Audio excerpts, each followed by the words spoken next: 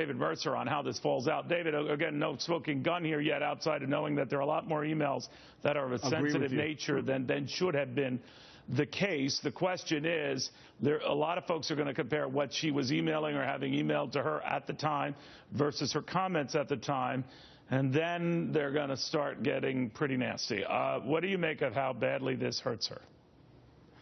Well, just on the point you just made about what she communicates internally via email, I would call the intelligence gathering mode. You're trying to get a general sense of what's going on so that you can most accurately, at the time, convey publicly and in public statements what you see based on that information as to what happened or what is happening and unfolding. So I think most Americans will take that view of it, and with that, hopefully we can get by this Benghazi email issue after 1,000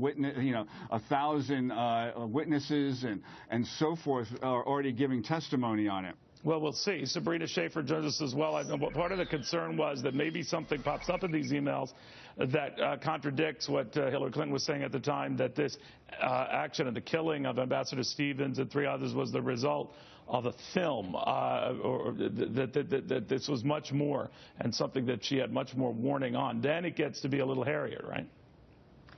Oh, absolutely. Look, I mean, what's in these emails is going to be interesting in its own right, but it's also interesting that suddenly they have reappeared. I think it's very concerning that, she doesn't have the most trust with the American people. I think suddenly saying that, oh, we found these is going to be sort of jaw-dropping to a lot of Americans. All right, but again, we don't know that yet, and she has weathered this, and there might be other reasons why she's down in the polls, but this issue up, Sabrina, as among the reasons. Maybe her ties to Wall Street, her non-answers, her roping off reporters.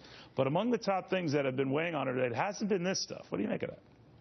Well, I'm not sure that you can capture that in a poll, actually, Neil. I think that people's sense of a person is something that's very it's very personal. Very often you don't know why it is that you support a candidate. There's something that you identify with or dislike, and there's we talked about these heuristics in political science, and I think that's very much what a lot of people feel about Hillary Clinton. There is something that feels off, and I think that this is going to solidify. That's what I want to touch on with you, that something feels off, and this is a continuing drip of kind of unsettling things about and on her that might have rivals pouncing at the chance to take advantage of it. What do you think?